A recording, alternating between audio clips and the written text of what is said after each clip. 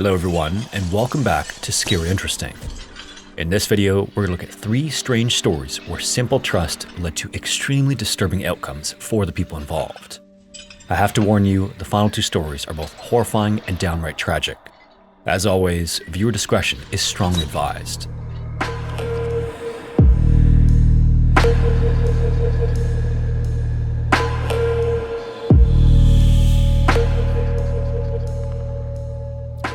Before we get into the video, I want to introduce you to today's sponsor, Helix Sleep. This might seem like a weird fit for the channel, but on every video, I actually get a ton of comments saying it came out just in time for bed. It might surprise some of you, but apparently a lot of people listen to or watch in bed to fall asleep. I'm sure there are actually a good number of people listening to this in bed right now. So when Helix reached out, I immediately thought it would be a great fit for so many people who watch the channel. Helix makes premium mattresses and bedding that are shipped right to your door in incredibly convenient packaging. One of the great things about them is that not only do they make 20 different mattresses for all types of sleepers, but they actually have a sleep quiz so you can figure out exactly which one to get. The quiz asks you about things like your sleep position, firmness preference, and whether you sleep hot or cold, and then it recommends the mattress that should fit you best. I took the quiz myself and I recommended the Helix Midnight Luxe, which made sense because I'm mostly a side sleeper. And after sleeping on it, the biggest thing I noticed right away is that it's just extremely comfortable. It has that softer, more cushioned feeling on the top, but it's still super supportive underneath, which is exactly what I want as someone who sleeps on my side. The other thing I was genuinely curious about was Helix's Glaciotex cooling technology because I love to be cold when I sleep. I tend to be a little skeptical of features like that because sometimes you hear cooling and it sounds more like marketing than anything else. But the top of the mattress really does feel noticeably cold to the touch and when you lie down on it. That was probably the thing that surprised me the most. Another underrated feature I didn't appreciate until it arrived was the packaging. It shows up compressed in a surprisingly compact box, and that made the whole process super easy. If you've ever tried to get a king or queen size mattress up a flight of stairs, you'll know exactly what I mean. Helix also gives you a 120-night sleep trial, so you actually have time to sleep on it and make sure it's the right fit. Plus, their mattresses come with a limited lifetime warranty, which gives you some extra peace of mind. So, if you're one of the many people watching this from bed or listening while you fall asleep, or if you've just been meaning to upgrade your sleep setup, Helix is definitely worth checking out. Right now, Helix is offering a 4th of July sale, and you can get 20% off site-wide by going to my link in the description or by going to helixsleep.com/scaryinteresting. And also, be sure to be on the lookout for additional sales on their site. Thanks again to Helix Sleep for sponsoring this video, and with that said, let's get into today's story. St. Vincent and the Grenadines, or SVG, is located in the southwestern Caribbean between St. Lucia to the north and Barbados and Grenada to the south. The country is made up of 32 islands and cays and only has about 150 square miles of territory, most of which is on the northernmost island of St. Vincent. In the late 1960s, SVG had a population of only about 95,000 residents. And by November 20th, 1969, by some estimates, nearly 3/4 of the population worked in banana production, which accounted for the lion's share of the country's economy. The locals worked hard on their small family plots and for the most part made modest livings. Then, when it was time for recreation, many engaged in the island's most quintessential pastime, something known as liming. Liming is slang for relaxing, gossiping, and enjoying the weather and beautiful scenery with friends and family. And sometimes during liming, they threw in another element, extra strong island overproof rum called Jack Iron. And by strong, we're talking about 150 to 180 proof. To put that into perspective, spirits like Scotch, vodka, and bourbon are usually just 80 proof or 40% alcohol by volume. That makes 180 proof Jack Iron more than twice as strong, or about 90% alcohol by volume. Unlike Scotch and bourbon as well, it's clear because the locals drank it immediately after distillation instead of aging it in barrels. Most Jack Iron was produced in small home stills where quality control was minimal. And due to its potency, it smells more like an industrial solvent than a beverage fit for human consumption. On the night of Wednesday, November 19th, a 90-ton schooner, the Ruth 114, was traveling from Trinidad to Martinique carrying a dozen casks of Jack Iron, 100 drums of wood alcohol, and 150 drums of aviation fuel called avgas. Unfortunately, a storm got so bad by 3 a.m. the following morning that the schooner sustained severe sail and rudder damage, sprung a leak, and began filling up with seawater. The 8-man crew tried in vain to save the vessel and its valuable cargo, but before long, Captain Kenneth Richardson ordered everyone to abandon the ship. At the time, they were within sight of the beach at Culinary on St. Vincent's coast. The crew then launched a lifeboat, rowed to shore safely, and watched the listing schooner disappear into the darkness. After that, it drifted into the heavy seas before turning landward and running aground at Big Level Beach near the village of Sandy Bay. When the sun came up, curious villagers waded out into the water, climbed aboard, inspected the damaged vessel, and quickly began relieving it of its precious cargo. By then as well, Captain Richardson had alerted the police and told them where he thought the schooner would be. 2 vessels were then dispatched to locate the Ruth 114 shortly after, but they never found it. It seems they were looking out at sea, still not realizing it had run aground. For the people who actually came across it, the hardest part of the salvage was getting the drums and casks over the side of the boat and into the water. Since the drums floated, it was just a matter of pushing them toward land and rolling them onto the beach. So in less than an hour, dozens of drums and casks were lined up just waiting to be tapped. And before long, word spread to nearby villages that there was enough Iron Jack rum to keep everybody buzzed for weeks on end. Within the hour, the beach was crowded with hundreds of locals intent on getting their fair share. There was also a sense of urgency because everyone knew it was only a matter of time before the police showed up and confiscated the cargo. As such, the wood casks containing the Jack Iron rum were immediately tapped. The villagers then began filling up everything from coffee cups and teapots to glass jars and empty soda bottles. And in the chaos, they opened the metal drums and began consuming the avgas and wood alcohol, also known as methanol, even though they were clearly marked with big warning signs and red X's. Like Jack Iron, avgas and methanol are usually relatively clear. But of course, the obvious question is, couldn't they taste and smell the difference? After all, avgas is a lot like gasoline, and methanol apparently has even more of a kick than Jack Iron.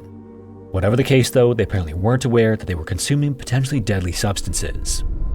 By then, some had already consumed the real Jack Iron, which lowered their inhibitions, numbed their taste buds, and made their noses far less sensitive. Some of the partiers even turned into punch by adding sugar, water, and lime juice, which masked the taste and smell even more. In the early going, the partiers felt like they always did after drinking. With so many drums, the party continued throughout the day, into the night, and well into the weekend. Eventually though, the party died down and the crowd dispersed. At that moment, the islanders who found the schooner decided they had a rare opportunity to make some serious money. With that, they began selling what was left. The buyers took what they thought was Jack Iron rum back to their homes and businesses, where they consumed it, sold it, and gave it to close friends and family members in their own villages and other villages up and down the coast. By only about a day later, many of the formerly happy villagers were experiencing dizziness, loss of motor skills, stomach cramps, nausea, vomiting, as well as blurry vision. At this point, they still had no idea what was happening, but beneath the surface, their bodies were metabolizing methanol and avgas into toxic formaldehyde and formic acid. Patients began showing up at local clinics on November 22nd and 23rd, and by the following day, ambulances from all over the island began arriving at Kingstown General Hospital. In a matter of hours, staff were dealing with hundreds of sick patients, many of whom were already on the edge of death. Writhing, moaning, vomiting, and in some cases comatose islanders were all over the hospital. Many were relegated to straw mats on both sides of the already cramped corridors because the rooms were totally full. Pretty quickly, the hospital staff knew about the shipwreck and the liquid from the metal drums. The problem was, they had no way of knowing who drank straight methanol or avgas, which was actually a mixture of fuel, methanol, and other toxic hydrocarbons. This meant they couldn't just pump the patient's stomachs. That would have worked for the ones who consumed straight methanol, but for those who drank avgas, there was a chance that the fumes would enter their lungs and cause potentially fatal chemical pneumonia.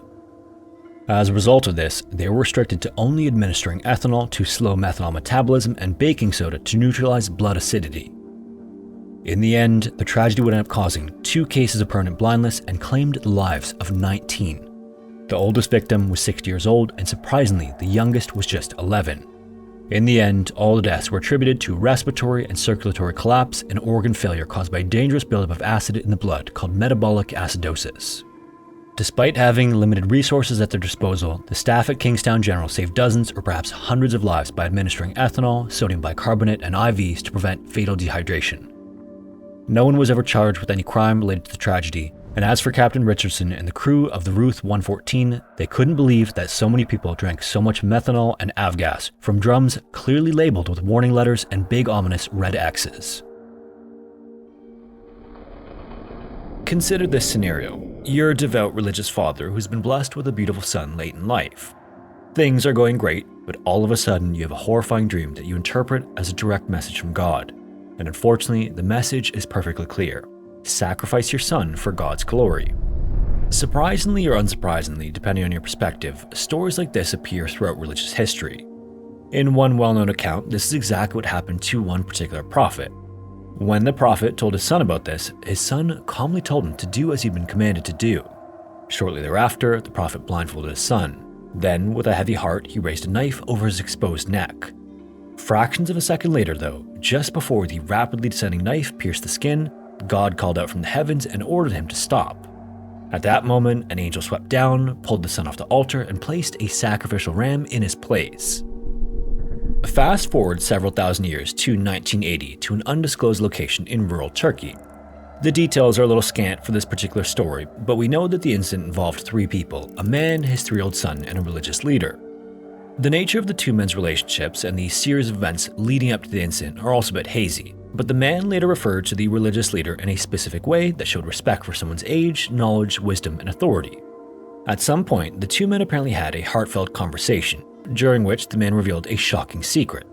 His love for God wasn't as strong or as unwavering as it should have been. Now, this wasn't necessarily a grave sin. Religions often recognize that humans are inherently weak and flawed, and that faith, as well as one's love for God, can fluctuate over time. In fact, the general consensus among religious leaders is that these shortcomings can usually be overcome with repentance, perseverance, and a doubling down of one's efforts. However, that's not what the religious leader allegedly suggests the man do. Instead, he proposed a far more drastic way of remedying the situation. Like the aforementioned story, it involved the man's son. We'll never know if the leader just suggested the plan, or if he explicitly instructed the man to carry it out, or if he had no involvement at all. Whatever the case though, the reason behind it was apparently crystal clear.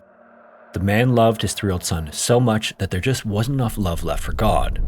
So, allegedly, according to the leader, the only logical course of action was for the man to get rid of his son, because when he was gone, he'd be free to direct 100% of his love toward God where it belonged. Now, in addition to being tragic, this solution was also contrary to the teachings of the religion, which explicitly condemns killing children. But even so, the leader apparently assured the men that it would all end well, just like it did in the story.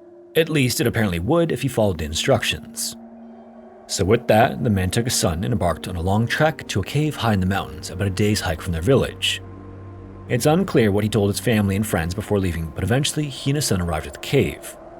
It's also not clear if he was overcome with unbearable grief or if he went about his task in a cold and calculated manner, confident that what he was doing was the right thing for the glory of God and that his actions would eventually be undone. But what we do know is that shortly thereafter he did the unthinkable.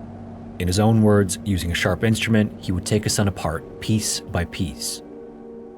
Afterward, the man went back to the leader and told him what he did. Then, after a long and reverent prayer, the leader apparently instructed him to return to the scene, climb to the top of the mountain again, and yell God's name 3 times as loud as he possibly could. The leader again apparently assured the man that when he did that, he'd get his son back. With nothing left to lose, the man diligently carried out the final order in anticipation of a joyous reunion with his dead son. After that, he waited for his son to bound around the corner and greet him with a big smile and outstretched arms. But, tragically and unsurprisingly, that never happened. Word of the killing spread, and before long, the authorities arrested both men. The man would go on to readily admit the whole horrific ordeal. Meanwhile, the leader apparently denied instructing the man to do anything of the sort. And unfortunately, and I know this is frustrating, but that is where the story ends. Apart from a few short newspaper articles about the incident itself, there's no record of what happened to either man after their arrests. Yasim Satir lay in her bed at the revered Karolinska Institute in Sweden, nervously awaiting her second surgery in 2 weeks. A year earlier in 2011, the 25-year-old Turkish university student underwent an elective procedure to correct an issue with excessive palm sweating. It was a routine surgical procedure, but unfortunately, Yasim's surgeon accidentally cut her trachea or windpipe, which caused a severe injury. Her right lung was rendered useless, and she eventually formed an abnormal connection called a fistula between her trachea and the thin layer of tissue that covers the lungs.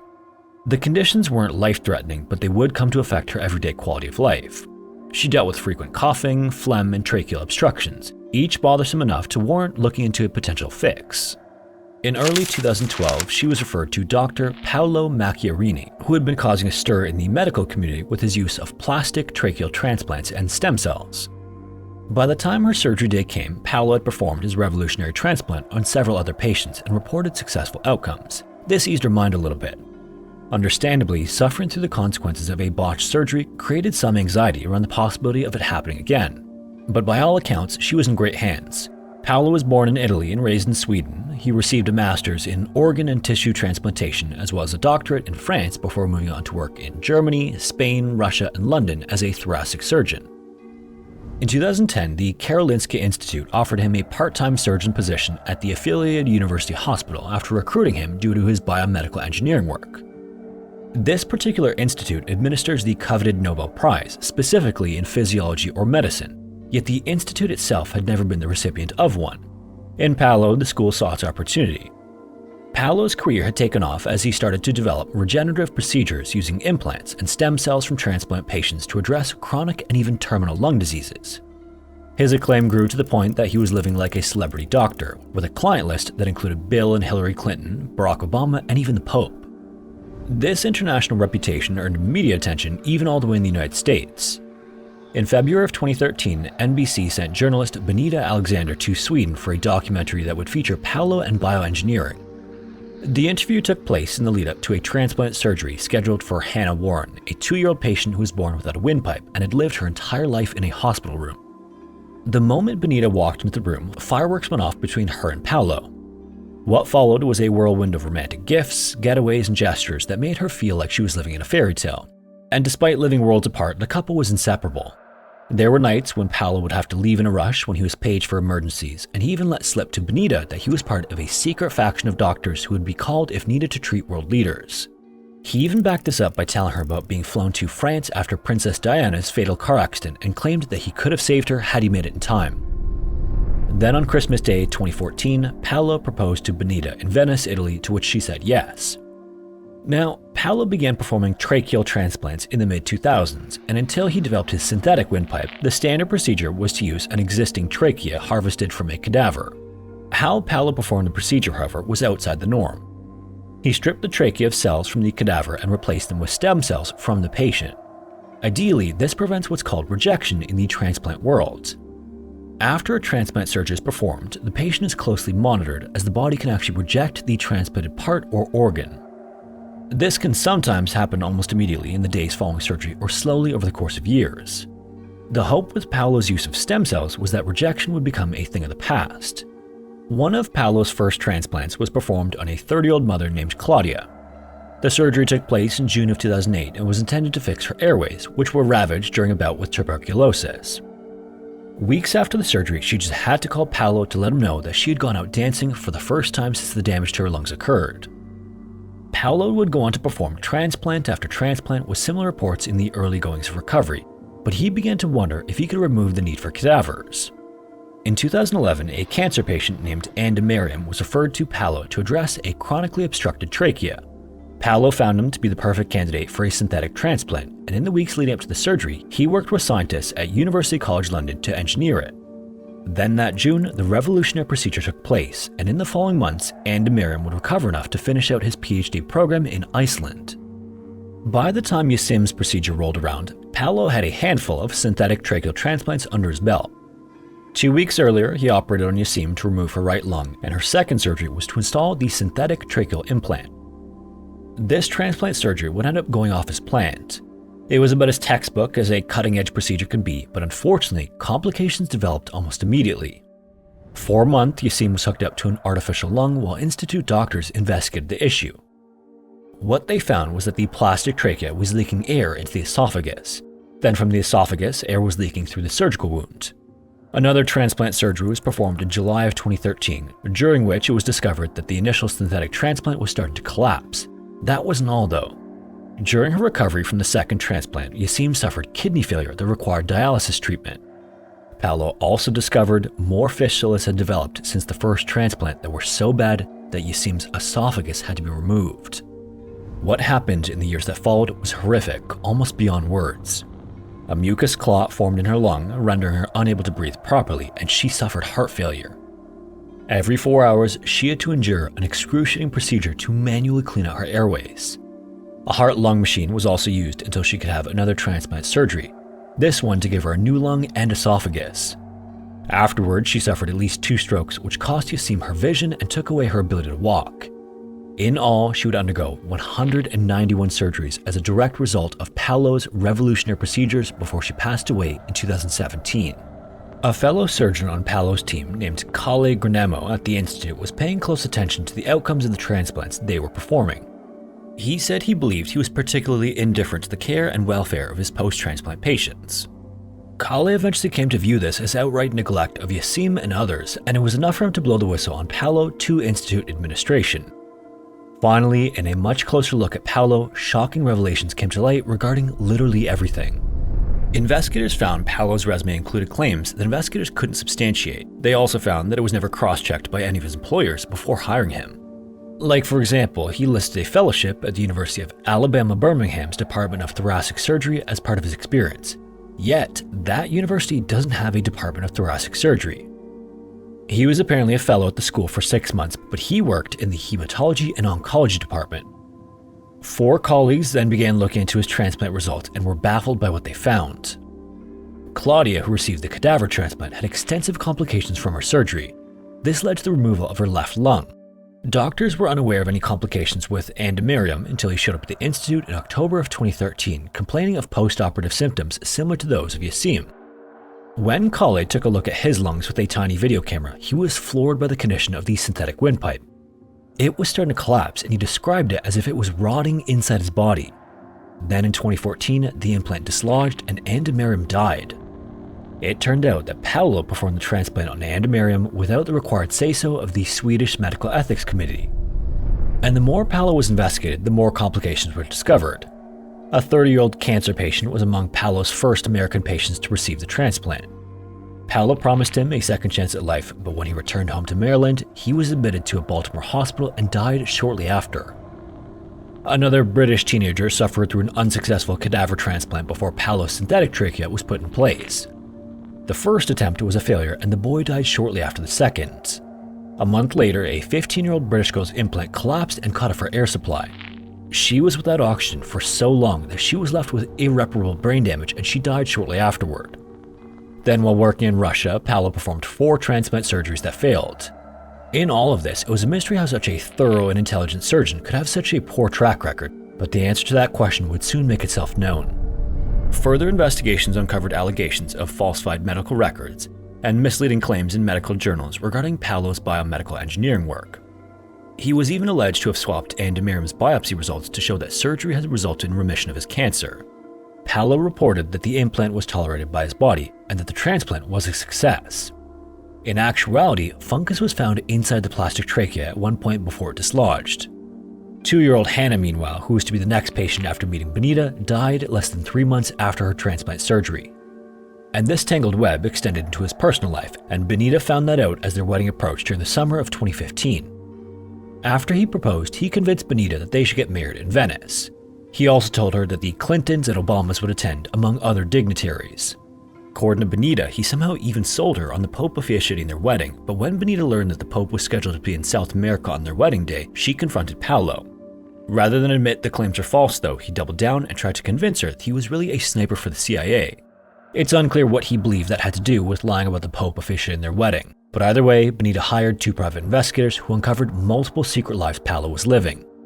He apparently had a wife and children in Barcelona and another family in Italy. Investigators also found that he wasn't part of some secret society of doctors treating world leaders, and neither the Clintons, the Obamas, nor the Pope were under his care. Benita obviously then called off the wedding and distanced herself from Paulo. As you might imagine as well, law enforcement took a keen interest in the developments in Paulo's personal and professional lives, both of which were now seeming to be mostly manufactured through deceit. The Swedish Prosecution Authority found Paulo to be negligent in 4 cases by performing transplants for which there was no scientific evidence. This, however, wasn't necessarily punishable by the country's harshest penalties because assault or murder couldn't be definitively proven. In June of 2022, Paulo received a suspended sentence after being convicted of causing bodily harm. An appeals court in 2023 would review his case and increase his sentence to 2.5 years in prison. If you made it this far, thanks so much for watching, and a special thanks to everyone who supports the channel on Patreon or as a channel member. If you're interested, we offer early access videos that are released roughly a week before the regular YouTube uploads.